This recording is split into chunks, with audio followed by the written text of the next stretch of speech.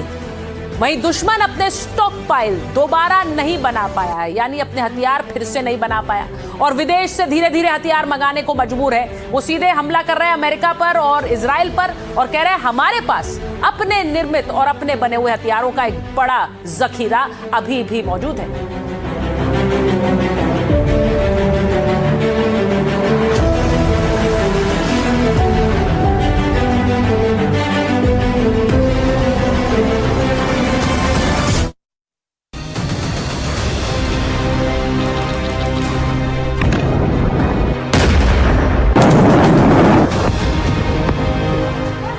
Cease fire के बीच चल रही युद्ध की तैयारी।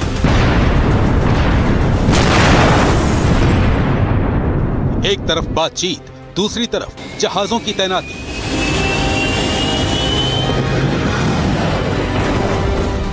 समंदर से आसमान तक कौन किस पर पड़ेगा भारी? क्या यह किसी बड़े युद्ध से पहले की शांति है?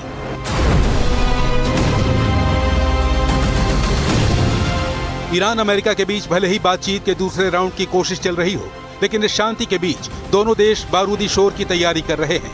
सुरंगों से मिसाइलें निकाली जा रही हैं। समुद्र में जंगी जहाजों ने मोर्चा संभाल लिया है और सवाल उठ रहा है कि अगर बातचीत फेल हुई तो क्या मिडिल ईस्ट दोबारा जंग की आग में जलेगा? क्योंकि सारे हालात इसी तरफ इशारा कर रहे हैं। अमेरिकी खुफिया और सैन्य आकलन के मुताबिक ईरान के पास अभी भी करीब 40% लंबी दूरी के ड्रोन और 60% बैलिस्टिक और क्रूज मिसाइल लॉन्चर मौजूद हैं। 8 अप्रैल के सीज फायर के बाद से ही ईरान ने अपनी मिसाइल और ड्रोन क्षमता पहले से भी ज्यादा तेजी से बढ़ाई है। ईरानी विदेश मंत्रालय के प्रवक्ता चेतावनी दे रहे हैं कि अगर अब हमला हुआ तो ईरान की पूरी सेना पूरी ताकत से जवाब देगी। ईरान के राष्ट्रीय हितों की रक्षा की बात आती है तो हम अल्टीमेटम को नहीं मानते। ये पहला मुद्दा है। दूसरा, हमने ये युद्ध शुरू नहीं किया। जून और फरवरी दोनों ही मौकों पर हमने ईरान की संप्रभुता की रक्षा के लिए हस्तक्षेप किया और यह स्पष्ट कर दिया है कि जब तक ईरान के हित आवश्यक होंगे हम अपनी रक्षा करते रहेंगे। अगर अमेरिका या ज़ायोनी शासन कोई नया दुस्साहस शुरू करते हैं तो इस्लामिक रिपब्लिक ऑफ ईरान की सशस्त्र सेनाएं पूरी ताकत से देश की रक्षा के लिए तैयार रहेंगी। ईरान ने साफ कर दिया है कि अगर युद्ध फिर से शुरू हुआ तो यह विश्व युद्ध का रूप ले सकता है। ईरान का दावा है कि अमेरिका और इजराइल के हमलों के बाद भी ईरान मिसाइल बनाने की क्षमता रखता है। ईरान ने इसी महीने नए सिस्टम बनाए हैं और अब अगर हमला हुआ तो हम अप्रैल और मई में बनी मिसाइलें दागेंगे। अगर युद्ध फिर से शुरू हुआ तो यह विश्व युद्ध में बदल सकता है। उनका मानना है कि ईरान के पास मिसाइलें खत्म हो जाएंगी और ईरान अब उनका उत्पादन नहीं कर सकता। लेकिन आप गाजा को नहीं रोक पाए। गाजा का क्षेत्रफल मात्र 360 वर्ग किलोमीटर है। ईरान का क्षेत्रफल 17,80,000 वर्ग किलोमीटर है। अगर आप इस देश पर नियंत्रण करना चाहते हैं, मैं आपको विश्वास दिलाता हूं कि अगर वो फिर से युद्ध शुरू करते हैं तो हम मिसाइलें दागेंगे जिन पर अप्रैल और मई 2026 के सीरियल नंबर और आखिरी तारीख होगी। रिपोर्ट के मुताबिक ईरान में मुस्तफा खामेनेई के बाद देश की कमान इस्लामिक रिवॉल्यूशनरी गार्ड कॉर्प्स के commander major general Ahmad Vahidi के हाथ में आ गई है। कहा जा रहा है कि देश के महत्वपूर्ण सैन्य और कूटनीतिक फैसले अब वाहिदी और उनका करीबी गुठी ले रहा है, जिससे ईरान के हमले पहले से भी ज्यादा आक्रामक होने की आशंका है। वहीं दूसरी तरफ ईरान के आसपास अमेरिकी सेना की हालिया गतिविधियों ने भी सुरक्षा विशेषज्ञों की चिंता बढ़ा दी है। अमेरिका के एक्शन से साफ है कि वो भी युद्ध की तैयारी कर रहा है। रिपोर्ट के मुताबिक ईरान के पास सैन्य विमानों का भारी जमावड़ा है। C-5 और C-17 जैसे भारी मालवाहक विमानों के जरिए बड़े पैमाने पर हथियारों और उपकरणों को पहुंचाया जा रहा है। अमेरिका एयरब्रिज की स्थापना कर रहा है, जिससे खाने पीने के सामान और हथियारों की आपूर्ति जारी रहे। बहरीन के पास एक द्वीप पर अमेरिकी सेना कब्जा करने और तटीय क्षेत्रों पर नियंत्रण करने की एक्सरसाइज कर रही है। ईरानी आइलैंड्स के ऊपर अमेरिकी ड्रोनों की उड़ानें लगातार जारी है। अमेरिका लगातार पूरे क्षेत्र में डिफेंस सिस्टम की तैनाती कर रहा है। एक्सपर्ट्स का मानना है कि अमेरिका कभी भी सरप्राइज अटैक कर सकता है। यही वजह है कि ईरान अमेरिका के साथ बातचीत को केवल दिखावा मान रहा है। ईरान को शक है कि बातचीत की आड़ में ही अमेरिका उसके द्वीपों पर हमला करेगा।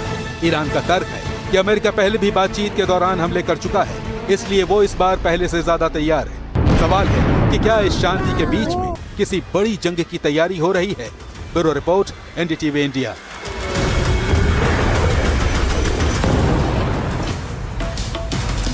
और आपको बताऊं कि यूएस सेंटकॉम ने ईरान के जहाज पर कब्जे का वीडियो भी जारी कर दिया है। ये यूनाइटेड स्टेट्स सेंट्रल कमांड है जो सारी सेनाओं का एक तरह से एक मुश्त जो इनका पूरा खाका तैयार करता है। अब ऐसे में इन्होंने जो एक वीडियो जारी किया वो दिखाता है कि कैसे ईरानी जहाज पर अमेरिकी नेवी ने कब्जा कर लिया। उन्हें पहले वार्निंग दी गई, जब जहाज नहीं मुड़ा, जहाज आगे जाता रहा तो हेलीकॉप्टर उड़े और कैसे उस जहाज को रोका है। ये देखिए, जहाज के ऊपर अमेरिकी हेलीकॉप्टर्स मंडरा रहे हैं। ईरानी जहाज टुस्का पर अमेरिका ने कैसे कब्जा कर लिया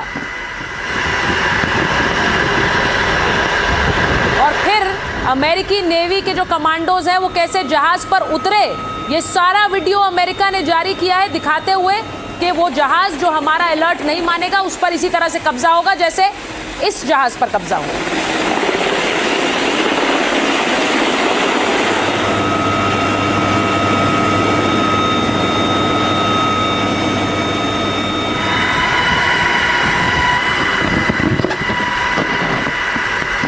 तो इन तस्वीरों में आपने देखा अमेरिकी कमांडोज हेलीकॉप्टर के जरिए जहाज पर, शिप पर उतर रहे हैं और उसके बाद उस पर कब्जा कर रहे हैं। अब आपको बताती हूं कि ये ऑपरेशन टुस्का क्या है। हॉर्मुज में अमेरिका और ईरान के बीच तनाव बढ़ गया और अमेरिका ने ईरानी जहाज टुस्का को कब्जे में ले लिया। अब टुस्का को रोकने के लिए USS प्रूवेंस आगे आया। ये उनका एक जंगी जहाज है। टुस्का को करीब 6 घंटे तक लगातार चेतावनी दी गई। जहाज टुस्का बंदर अब्बास की ओर बढ़ता रहा। ये ईरानी जहाज था। आदेश नहीं मानने पर उसे आखिरी चेतावनी यानी लास्ट वार्निंग भी दी गई। अब कर्मचारियों को कहा गया, यानी जो अंदर जहाज पे लोग सवार थे उन्हें कहा गया कि जो इंजन रूम है उसे खाली कर दीजिए। इसका मतलब यह है कि आप जहाज नहीं चला रहे। USS प्रूवेंस ने ईरानी जहाज टुस्का पर उसके बाद फायरिंग कर दी क्योंकि जहाज रुक नहीं रहा था। कई राउंड की फायरिंग के बाद इंजन बंद हो गया। अमेरिकी कमांडोज ने टुस्का को अपने कब्जे में लिया।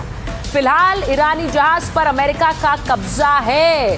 ट्रंप ने बयान जारी कर इसे बड़ी सफलता बताया है। टुस्का नाकेबंदी तोड़ने की कोशिश कर रहा था, ये डोनाल्ड ट्रंप कह रहे हैं। और उन्होंने कहा कि जहाज पहले से अमेरिकी प्रतिबंधों के दायरे में था, अब ईरानी जहाज टुस्का की पूरी जांच जारी है। तो ये कहा है डोनाल्ड ट्रंप ने। वो कह रहे हैं ईरानी जहाज हमारी बात नहीं मान रहा था, इसलिए हमने उसे अपने कब्जे में ले लिया। अब इसके बाद होगा क्या? ईरान जाहिर तौर पर भड़क गया है, जहाज पर अमेरिका के कब्जे से भड़क गया है ईरान। क्या ईरान पलटवार करेगा? जवाब में अमेरिका को समुद्री डाकू कह दिया है। अल जजीरा की ईरानी मीडिया के हवाले से जो रिपोर्ट्स आई हैं, ईरान ने अमेरिकी युद्धपोतों पर ड्रोन लॉन्च कर दिए, यानी कि जो युद्धपोत वहां मौजूद थे उन पर ड्रोन अटैक किया।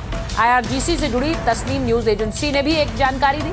ईरानी सेना कार्रवाई के जवाब के लिए तैयार थी। जहाज पर क्रू मेंबर्स के कुछ परिजन भी मौजूद थे और यही वजह है कि ईरान ने तुरंत जवाब नहीं दिया, क्योंकि अगर वो जवाब देते तो वहां से पलटवार होता और ये जो परिवार मौजूद थे, क्रू मेंबर्स के परिवार, उन पर सीधा निशाना हो सकता था। तो जहाज पर मौजूद क्रू की सुरक्षा सुनिश्चित करते हुए उन्होंने जवाब नहीं दिया। ईरानी सेना अमेरिका के खिलाफ कार्रवाई करेगी, ऐसा अब कहा जा रहा है। अब इस सब के बीच आपको यह बताऊं कि समुद्र में जंग क्यों शुरू हो गई है, क्योंकि जहां ईरान वर्सेस अमेरिका है, चीन की भी एंट्री हो गई। चीन ने ईरानी झंडे वाले जहाज को रोके जाने और अमेरिकी कब्जे में लेने पर चिंता जताई। रॉयटर्स के मुताबिक चीन ने कहा है सभी पक्षों को जिम्मेदारी से सीज फायर का पालन करना चाहिए। अब चीन के विदेश मंत्रालय के प्रवक्ता ने कहा कि हॉर्मुज की स्थिति बहुत नाजुक है। उन्होंने सभी पक्षों से अपील की है कि वो तनाव बढ़ाने से बचें और ऐसा माहौल बनाए जिससे इस रास्ते पर सामान्य आवाजाही फिर से शुरू हो सके। तो एक तरह से ईरान के पाले में खड़ा हुआ है चीन और सीधे कह रहा है ये नाकेबंदी मंजूर नहीं। अब आपको बताती हूं कि क्या हॉर्मुज अब तबाही का गेटवे बन गया है। अलग अलग मीडिया रिपोर्ट्स में दावा किया गया है कि नाकाबंदी के चलते हॉर्मुज में करीब 400 तेल टैंकर फंसे हुए हैं। 400 तेल टैंकर, ये तस्वीरें देखिए।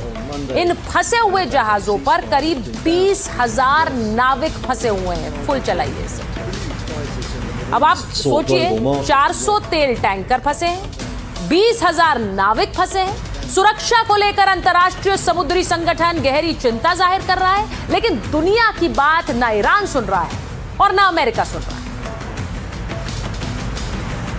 अमेरिका ने तो हॉर्मुज की घेराबंदी में अपना पूरा नेवल पावर झोंक दिया है।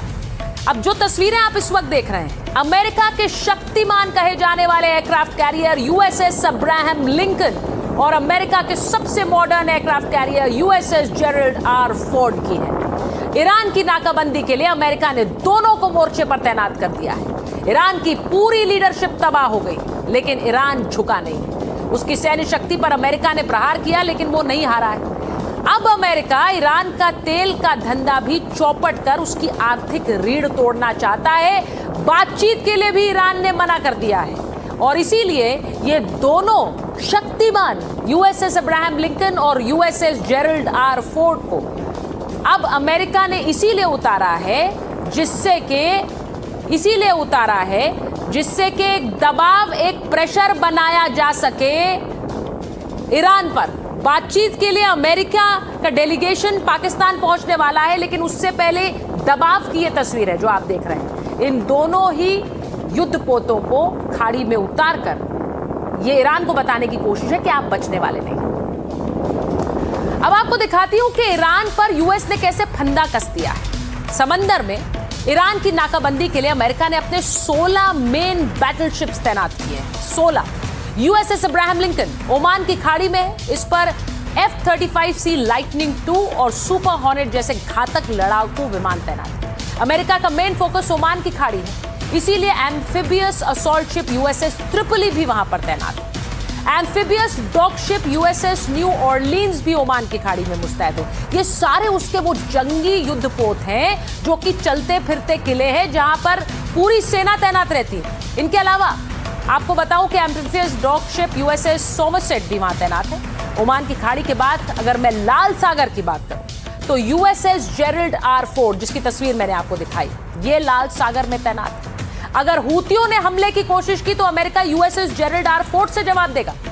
उधर USS George W Bush Africa से हिंद महासागर की ओर बढ़ रहा है, जहां से ये ओमान की खाड़ी में तैनात दूसरे जहाजों की मदद करेगा। यानी जो स्ट्रैटेजिक लोकेशंस हैं जहां से ईरान पर हमले किए जा सकते हैं और अमेरिका अपने ऊपर होने वाले हमलों का जवाब दे सकता है, वहां पर यह तैनाती है। जिस हॉर्मूज को लेकर सबसे ज्यादा झगड़ा है उसके पास अमेरिका ने 15 से ज्यादा युद्धपोतों का बड़ा बेड़ा तैनात किया है। इनमें गाइडेड मिसाइल से लैस 11 डिस्ट्रॉयर्स हैं जो हॉर्मूज के पास गश्त कर रहे हैं, और इसके अलावा यूएसएस ब्रेनब्रिज, यूएसएस थॉमस हंटर और यूएसएस माइकल मर्फी जैसे प्रमुख जहाज भी मुस्तैद हैं। हॉर्मूज के पास जो कम गहरे पानी वाले इलाके हैं वहां पर लिटरल कॉम्बैट शिप्स तैनात किए गए हैं। तो ये सब कुछ ईरान के खिलाफ बड़े हमले की तैयारी में है, इसीलिए आपको दिखा रहे हैं।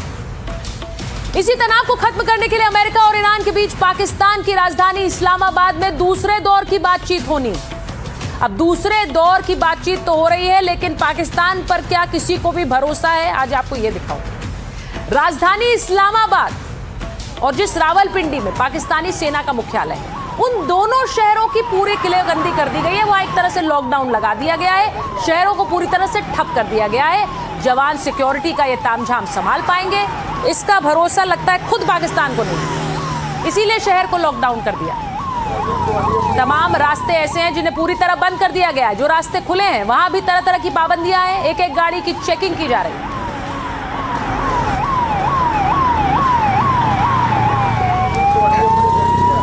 इस्लामाबाद में करीब 20,000 पुलिस वालों की तैनाती की गई है। इस्लामाबाद और रावलपिंडी में 600 से ज्यादा चेक पॉइंट्स बनाए गए हैं। पुलिस वाले और एलीट कमांडोज इस्लामाबाद के चप्पे चप्पे पर तैनात हैं। रेड जोन और इसके आसपास के घरों की छतों पर स्नाइपर्स बैठा दिए गए हैं। नूर खान एयरबेस के आसपास के इलाकों में सख्त सिक्योरिटी लॉकडाउन लागू कर दिया गया है। इस्लामाबाद इंटरनेशनल एयरपोर्ट के आसपास के इलाकों में भी सिक्योरिटी बेहद सख्त कर दी गई।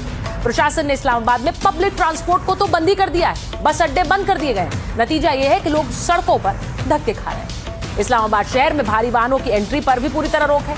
शहर के स्कूल कॉलेजों पर ताले लटका दिए गए हैं। कुछ नहीं होगा क्योंकि वार्ता होनी है। आम लोगों से कहा गया अगर कोई संदिग्ध गतिविधि दिखे तो तुरंत खबर दें।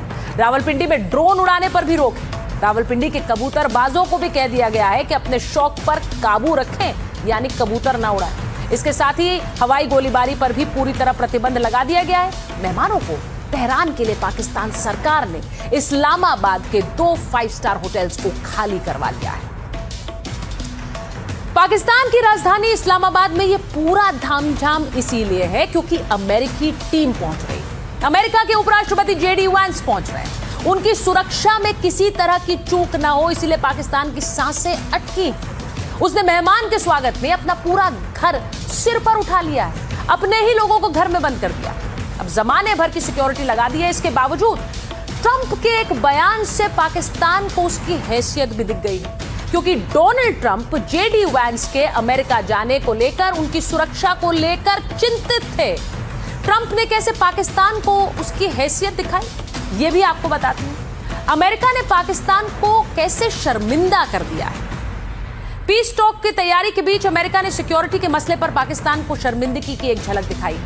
अमेरिकी राष्ट्रपति ट्रंप ने इशारों में कह दिया कि उन्हें पाकिस्तान के सिक्योरिटी अरेंजमेंट पर भरोसा ही नहीं।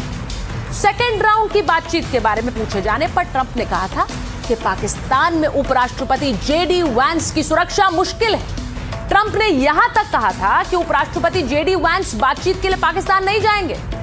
ट्रंप का कहना था कि अमेरिकी सीक्रेट सर्विस 24 घंटे के नोटिस पर पाकिस्तान में जेडी वैंस की सुरक्षा का जिम्मा नहीं ले सकती है। इसका मतलब सीक्रेट सर्विस पर सवाल नहीं था, इसका मतलब सीधे पाकिस्तान में सुरक्षा और खतरे को लेकर उन्होंने बात कही। वैंस अब पाकिस्तान पहुंच रहे हैं, लेकिन ट्रंप का कमेंट मुनीर और शहबाज के लिए शर्मिंदगी के तौर पर देखा जा रहा है। अमेरिकी सीक्रेट सर्विस दुनिया की सबसे ताकतवर सुरक्षा एजेंसियों में से एक है। यहां यह भी साफ कर दूं कि ट्रंप ने पाकिस्तान में वैंस की सिक्योरिटी पर सवाल उठाकर सीक्रेट सर्विस की क्षमता पर सवाल नहीं उठाया।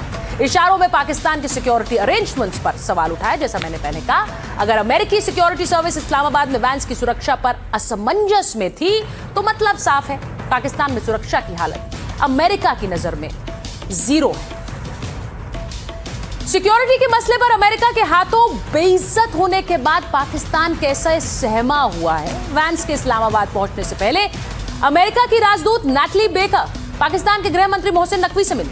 अब खबर है कि उन्होंने नकवी से सुरक्षा इंतजाम के बारे में जानकारी हासिल की होगी। एक सामान्य सी मुलाकात है, उसकी तस्वीर आपको इसलिए दिखा रही हूं क्योंकि अगर ये वार्ता होती तो ये अमेरिका और ईरान के बीच युद्ध को रोकने के लिए एक बहुत बड़ी कोशिश होगी, लेकिन ये कोशिश सफल होगी कि नहीं पता है, क्योंकि ईरान डेलीगेशन भेजने के लिए अभी तक मनाही कर रहा है। ये तस्वीर आपको दिखा रही हूं। इसी के साथ ये वो रेड जोन है जो कि तैयार किया गया है। इस पूरे इलाके को रेड जोन कहा गया है क्योंकि यहां पर अमेरिका और ईरान के बीच बातचीत चलेगी और यहां पर कोई नहीं आ सकता, तो पूरे रेड जोन में लॉकडाउन होगा। इससे पहले मैं आपको बताऊं कि अमेरिका के वाइस प्रेसिडेंट जेडी वैंस इस डेलीगेशन को लीड कर रहे हैं। जेडी वैंस थोड़ी देर में इस्लामाबाद पहुंचने वाले हैं। जेडी वैंस के साथ साथ मिडिल ईस्ट के लिए अमेरिका के विशेष दूत स्टीव विटकॉफ भी पहुंचेंगे। विटकॉफ ट्रंप के करीबियों में शामिल हैं। अमेरिकी डेलीगेशन के तीसरे सदस्य राष्ट्रपति डोनाल्ड ट्रंप के सलाहकार जरार्ड कुशनर है, जो कि ट्रंप के दामाद भी हैं। ये तीनों पहले राउंड की वार्ता में भी शामिल हुए थे। अब ये पूरी अमेरिकी टीम है, लेकिन अमेरिकी टीम के साथ साथ ईरान की टीम कौन सी है ये अभी कुछ नहीं पता, क्योंकि ईरान तो बातचीत के लिए जा ही नहीं रहा है। लेकिन इन सब के बीच आपको यह बताऊं कि जहां यह वार्ता हो रही है, उस वार्ता की भूमि को लेकर और वहां के नेतृत्व को लेकर अमेरिका से ही वार्निंग आई है। मुनीर को मध्यस्थ बनाकर घर में ही घिरते जा रहे हैं ट्रंप। अमेरिकी थिंक टैंक ने मुनीर की नीयत पर सवाल उठाए। अमेरिकी थिंक टैंक AEI के एक्सपर्ट माइकल रूबिन ने यह सवाल उठाए। उन्होंने पाकिस्तान के लिए कहा कि पाकिस्तान को मध्यस्थ बनाना जीत के मुंह से हार छीनने जैसा है। अमेरिका को लेकर पाकिस्तान की नीयत ठीक नहीं है। ईरान को एटम बम का फॉर्मूला देने वाला देश मध्यस्थ कैसे बन सकता है? ओसामा बिन लादेन को भी पाकिस्तान ने ही शरण दी थी, यह याद दिलाया यूएस थिंक टैंक ने। पाकिस्तानियों को लादेन की मौत का अफसोस था। अमेरिकी फौज पर हमले के लिए तालिबान की भी मदद करता था पाकिस्तान, और तालिबान ने पाकिस्तान की मदद से हजारों अमेरिकी सैनिकों का खून किया। शहबाज और मुनीर से शांति की उम्मीद खुद को धोखा देना है, यह माइकल रूबिन ने कहा। ईरान की IRGC में भी आसिम मुनीर की गहरी पैठ है। पाकिस्तान को लेकर गलती करना अमेरिका की पुरानी आदत है, पहले भी भरोसा किया है और बुरी तरह से हार और मात खाई है। पाकिस्तान की मध्यस्थता से अमेरिका को सिर्फ अपमान हाथ लगेगा। इस्लामाबाद को लगेगा कि अमेरिका ने उसे आतंक जारी रखने की छूट दे दी। अब इसी के साथ पाकिस्तान में यह बातचीत अगर फेल हुई तो सबसे ज्यादा नुकसान पाकिस्तान का ही होगा, यह भी आपको बता देती हूं।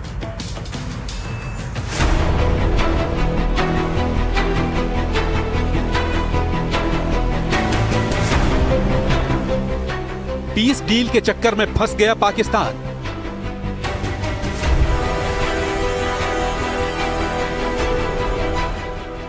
डॉलर की तलाश थी, मुसीबत गले पड़ी।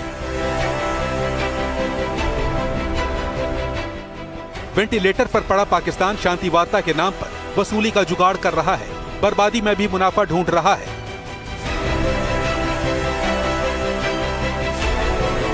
इस्लामाबाद में बिछाई गई शांति वार्ता की बिसात के पीछे कोई नेक इरादा नहीं, बल्कि एक पुराना बिजनेस मॉडल है। ये मॉडल है, युद्ध किसी का भी हो, मुनाफा हमारा होना चाहिए।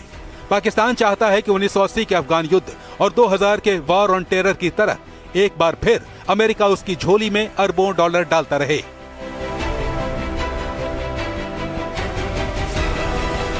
लेकिन 2026 की हकीकत पाकिस्तान के अंदाजे से कहीं ज्यादा खौफनाक है। दरअसल दक्षिण एशिया, मध्य एशिया और मिडिल ईस्ट के चौराहे पर बैठा पाकिस्तान अब तक अपनी इस लोकेशन के दम पर अमेरिका की जरूरत बना रहा, लेकिन अब यही लोकेशन पाकिस्तान के वजूद के लिए खतरा बन गई है।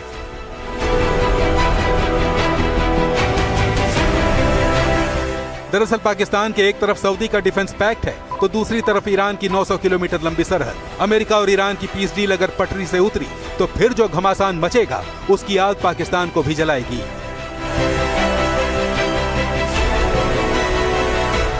अगर बातचीत की टेबल पर अमेरिका ईरान की बात नहीं बनी तो पाकिस्तान का खुदा ही मालिक है, क्योंकि फिर ना अमेरिका साथ देगा, न चीन कर्जा देगा और अवाम का गुस्सा तो पहले से ही उफान पर है।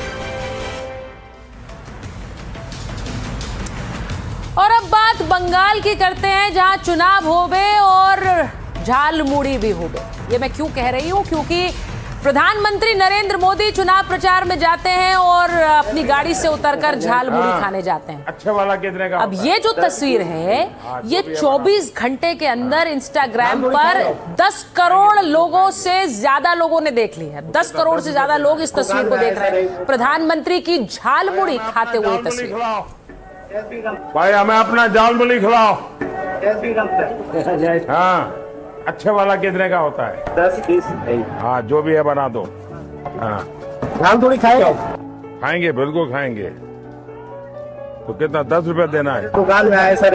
हाँ, 10 रुपए देना है। नहीं भाई, ऐसा नहीं।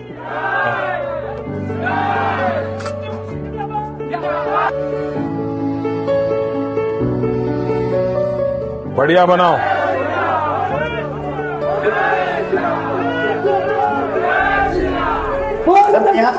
तो प्रधानमंत्री नरेंद्र मोदी जहां एक तरफ बंगाल में झालमुड़ी खा रहे थे, तो इसी झालमुड़ी पर आज ममता बनर्जी बिफर गई और उन्होंने प्रधानमंत्री नरेंद्र मोदी की झालमुड़ी पर जवाब दे दिया।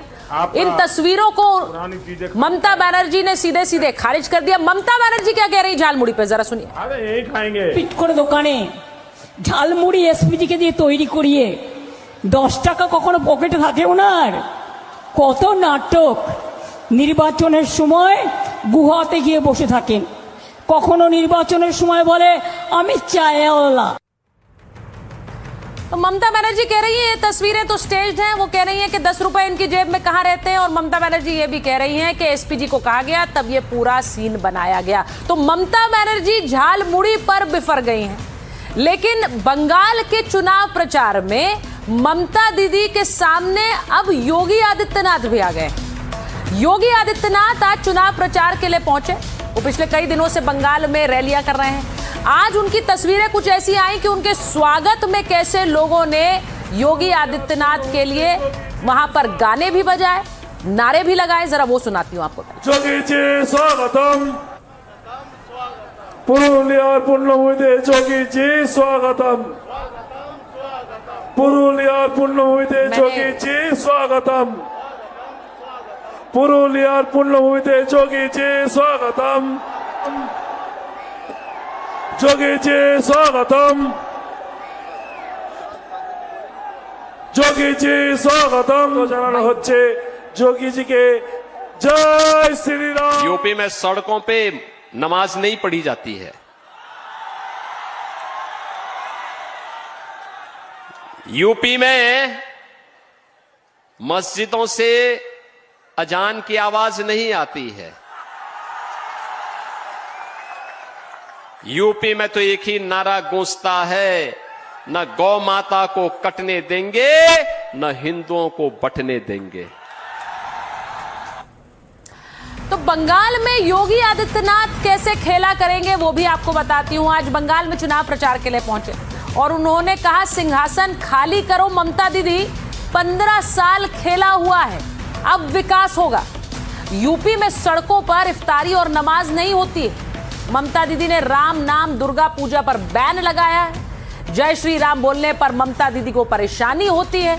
अयोध्या में आसमान छूता राम मंदिर का निर्माण हुआ है और बंगाल जल्द अब तृणमूल की अराजकता से मुक्त होगा।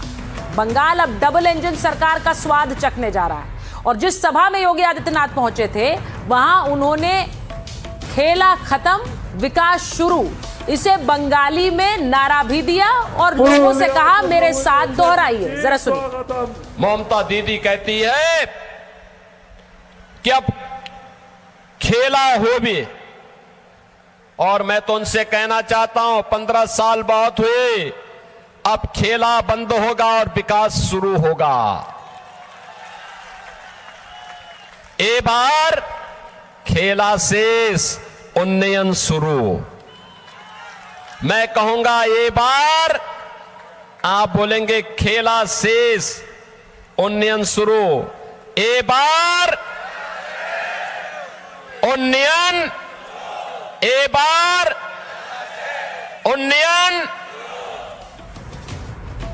खेला शेष उन्नयन शुरू, यानी खेला खत्म विकास शुरू। यही नारा योगी आदित्यनाथ देकर आए हैं बंगाल में और चुनाव प्रचार का पहले चरण के लिए कल आखिरी दिन है। इस नारे का असर कितना होता है ये जनता बताएगी 4 मई को। बहरहाल माई कौन है में आज के लिए इतना ही। आपसे कल फिर मुलाकात होगी रात 8 बजे।